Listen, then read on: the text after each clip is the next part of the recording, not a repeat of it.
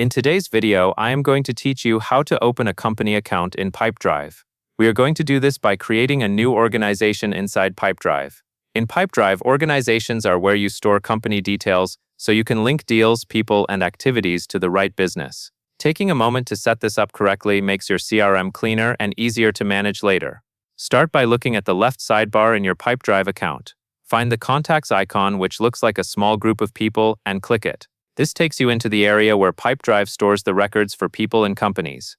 Across the top of the Contacts section, you will see tabs. Select the Organizations tab.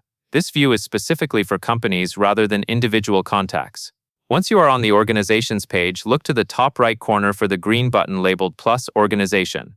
Click that button to open the form for a new organization. Now you will enter the organization information. Begin with the name field and type the company name exactly the way you want it to appear in your records.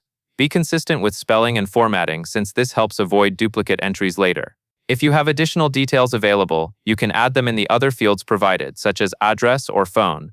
Only include information you actually need for your workflow, because keeping records focused makes them easier to scan and search. As you fill in details, take a second to double-check for accuracy. Small mistakes like a missing letter in the company name can make it harder to find the organization later, or can cause you to create a second record by accident. When everything looks correct, click Save. Pipedrive will create the organization and add it to your list. From here, you can open the organization record at any time to review details, connect related people, or associate deals and activities with that company. That covers everything you need to know.